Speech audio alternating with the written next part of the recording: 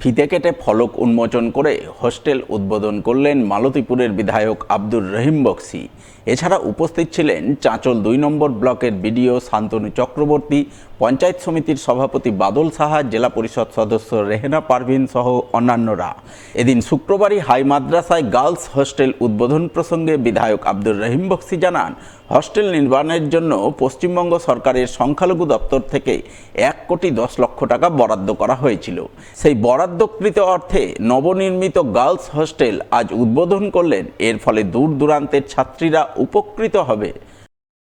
পশ্চিমবঙ্গ সরকারের সংখ্যালঘু দপ্তরের পক্ষ থেকে একটা গার্লস হোস্টেল এখানে নির্মিত হয়েছে। সেই গার্লস হোস্টেলে আজকে উদ্বোধনী অনুষ্ঠান ছিল। আজ থেকে উদ্বোধিত হলো এই গার্লস হোস্টেল। আমরা খুবই আনন্দিত এবং পশ্চিমবঙ্গের সম্মানীয় মুখ্যমন্ত্রী মমতা ব্যানার্জিকে হচ্ছে আন্তরিকভাবে কৃতজ্ঞ যে উনি মাদ্রাসার উন্নতি সাধনে, সংখ্যালঘু সম্প্রদায়ের ছাত্রছাত্রীদের উন্নতি সাধনে এ ধরনের ডেভেলপমেন্টগুলো করছেন।